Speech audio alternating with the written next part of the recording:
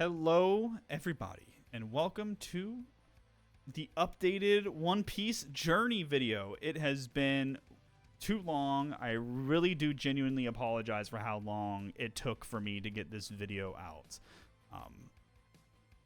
I just wanted to say before we really jump into it, thank you so much to the One Piece community, the anime community, however you want to put it, on YouTube. They really showed up for this video. I was hesitant to post this. I was hesitant to make content like this. I've never made any sort of anime coverage content. I'm new to this still. I mean, even now I have so many ideas, but this feedback has just been awesome. This is some of the most views I've ever gotten on a video. Some of the most comments, 93 comments. Almost all, I want to say there isn't a single hate comment in anywhere in here. Maybe, maybe some critique, which was good critique. There was good critique about, full face cam. We're going to be doing mostly full face cam. Cool, we're improving. There was some critique on me using light mode. Hey, I'm not a big dark mode enjoyer, and maybe that's going to cause all of you to rebel. And I would understand, okay? Listen, I get it. You don't like my light mode. I'm sorry. But other than that, amazing comments, amazing feedback. I got about 100 subscribers since uploading that video. I just can't thank everyone enough for their positive feedback. You encouraged me to make this follow-up video. And in today's follow-up video, we're going to be covering Skypiea. I have gotten about halfway into Water 7 arc, but we're not going to go there in this video. I want to do full arcs, full major arcs per video. I don't want to cover half of Water 7. So we're just going to be talking about Skypiea. I know it's been 3 months and I probably should have gone through more, but listen, I'm a working man. I come home to my wife, we eat dinner, we hang out, and maybe play a little bit of video games, and then I tuck my cute little ass into bed and I watch a couple of episodes of One Piece, and sometimes I accidentally fall asleep and I have to rewatch an episode. So I'm not a One Piece speedrunner here, but I'm trying my best. I'm chugging through it. I don't want to force myself. I don't want to make this feel like a job or anything like that, So I'm going at a pace that is comfortable for myself. I appreciate everyone's patience, but let's actually get into talking about the Skypiea, Sky Island arc. We start off with the Jaya arc on Jaya Island, where we get our first little hint at Blackbeard, which I was really excited to see. And Blackbeard's crew, their design was sick. Like, I have really grown attached to this show's art style, which, if you would have asked me, I think I even maybe say in the first episode of this, I found a little ugly at first. It's growing on me. And we also eventually do get the switch to the HD version, I believe, in Water 7. But seeing that, I like it. I'm starting to like it even more now.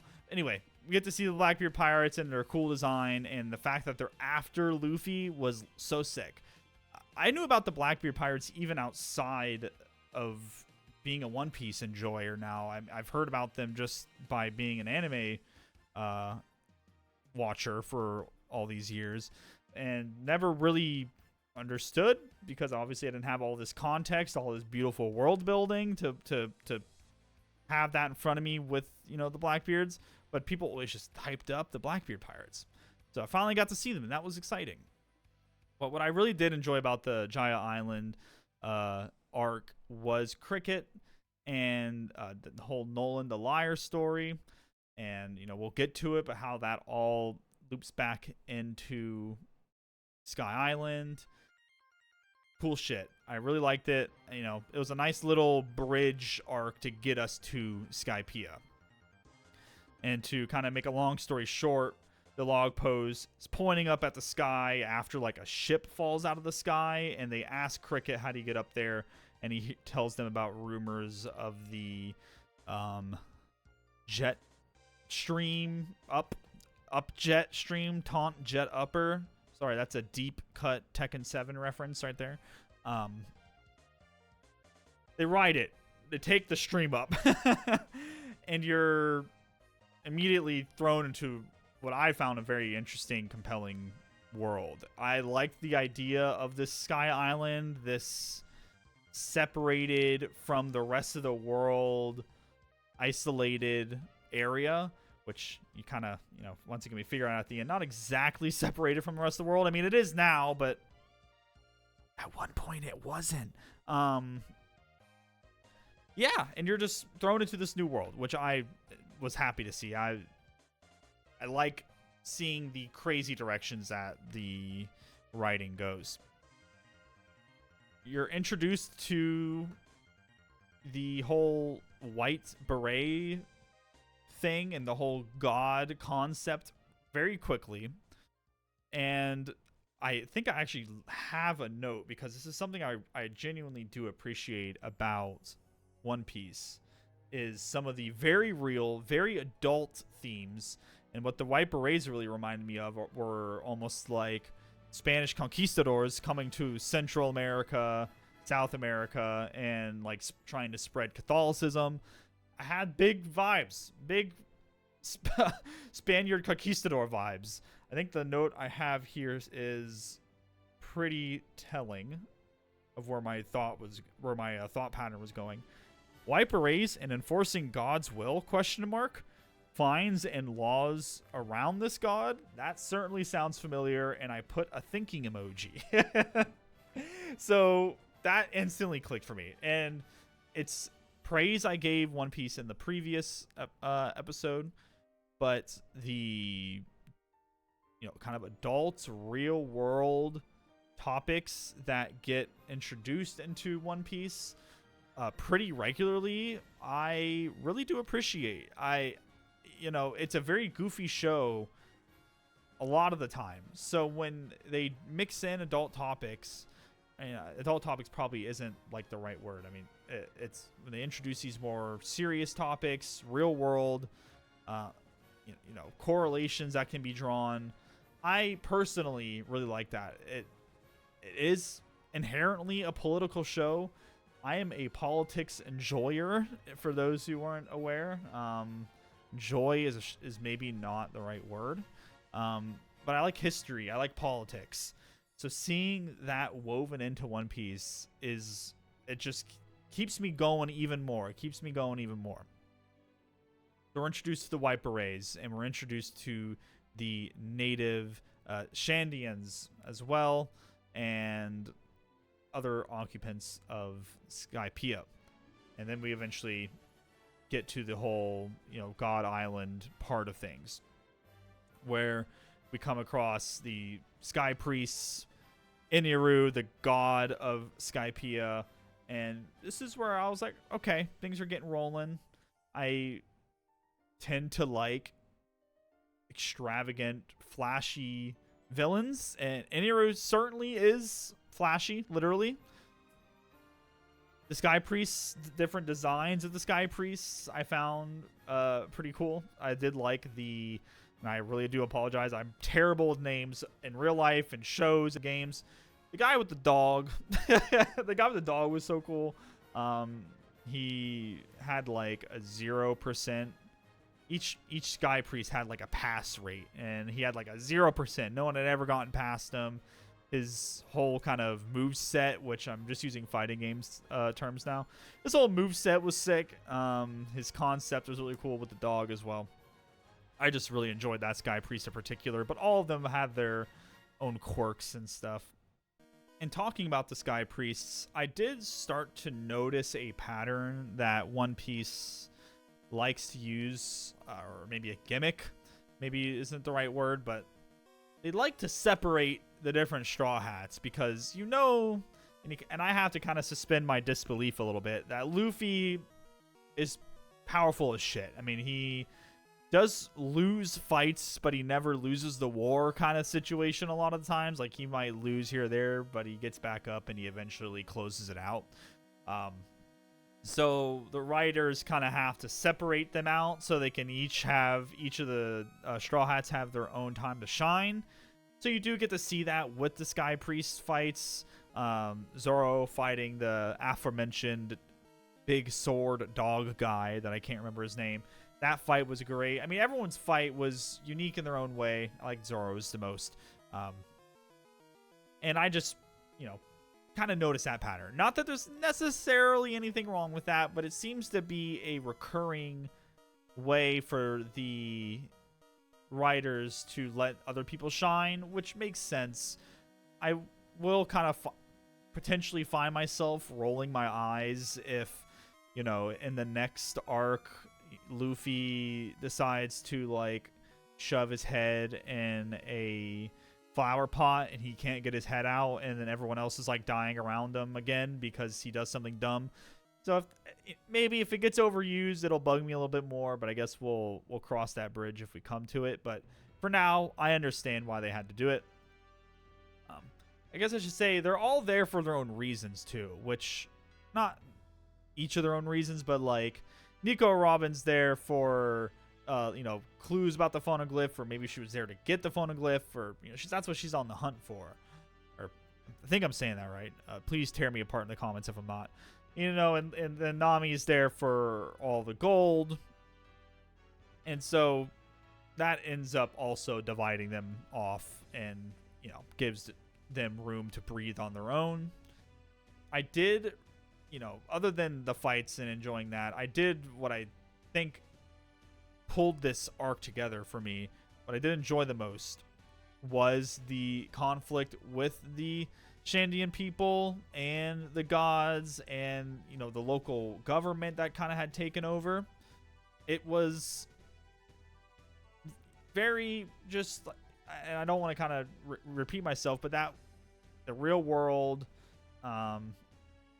corollary there I found very interesting. It was a struggle where you're really rooting for the Shandian people. They're really just, they're throwing themselves into like a meat grinder most of the time, and they're still motivated. They're still going at it. That was just very, heartwarming, compelling. And the eventual tie-in with the Jaya arc as well really pulled it together for this arc. But let's talk about the Eniru, the big boss. If I'm just going to right off the bat make a contrite comparison to previous arcs, I do think I like Crocodile a little more and like the Alabasta villain a little bit more. But Eniru is still cool. I mean, very flashy, like I said, badass.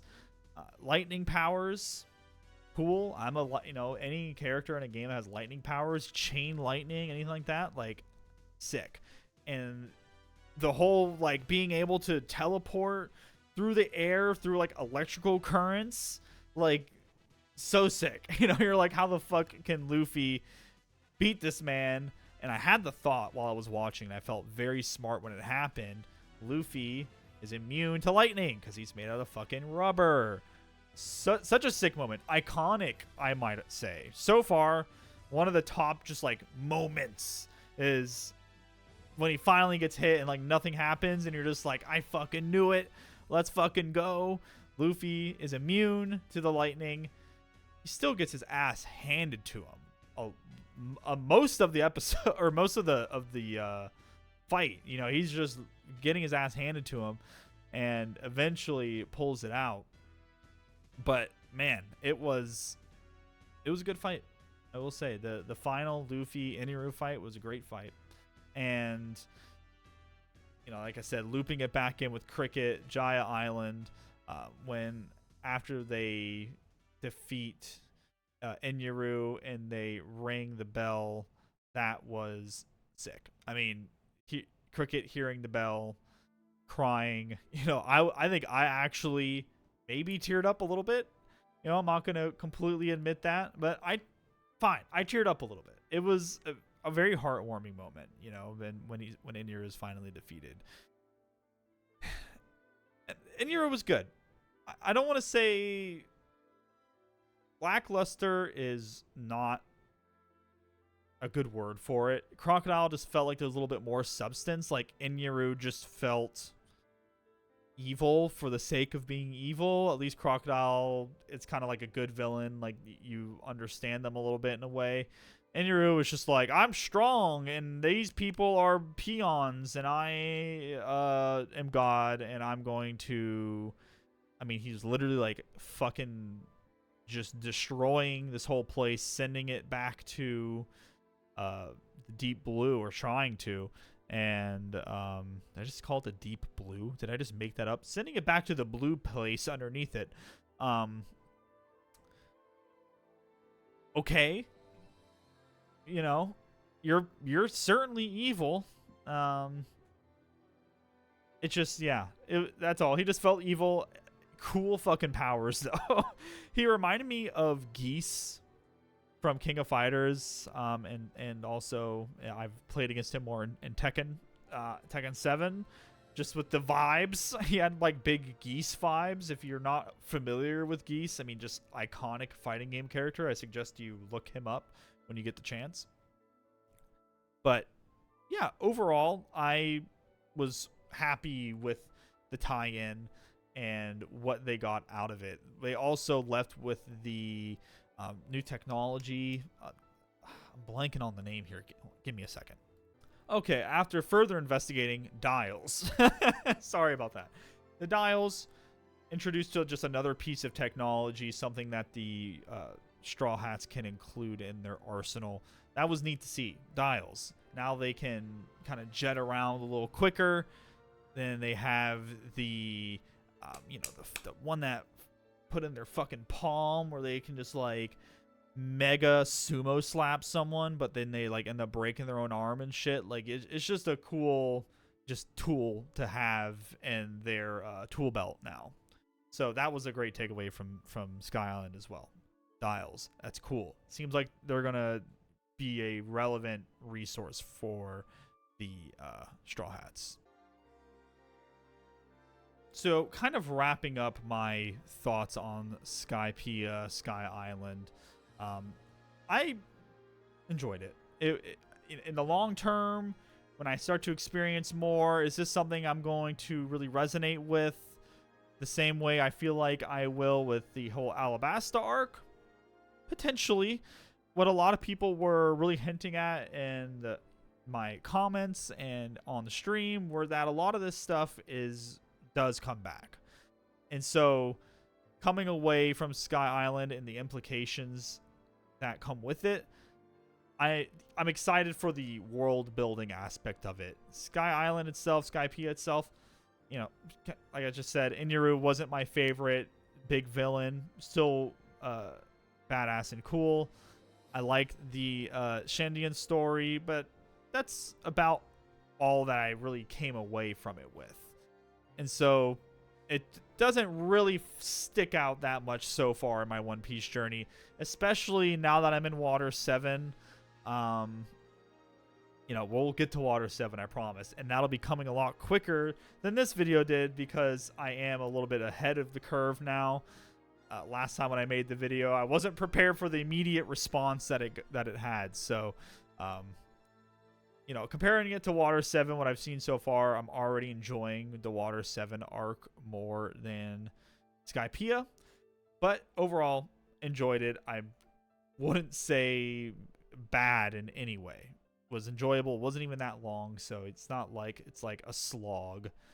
I was compelled for the most part. So I am looking forward to talking about the Water 7 arc very soon, though.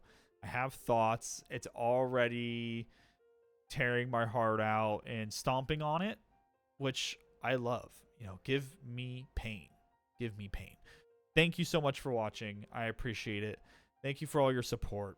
And please subscribe. Please comment your thoughts. I loved reading all of the comments. Everyone was great in the comments. Like I said, nothing negative. I love replying to them. If you have a question, if you have a suggestion, please throw it in there.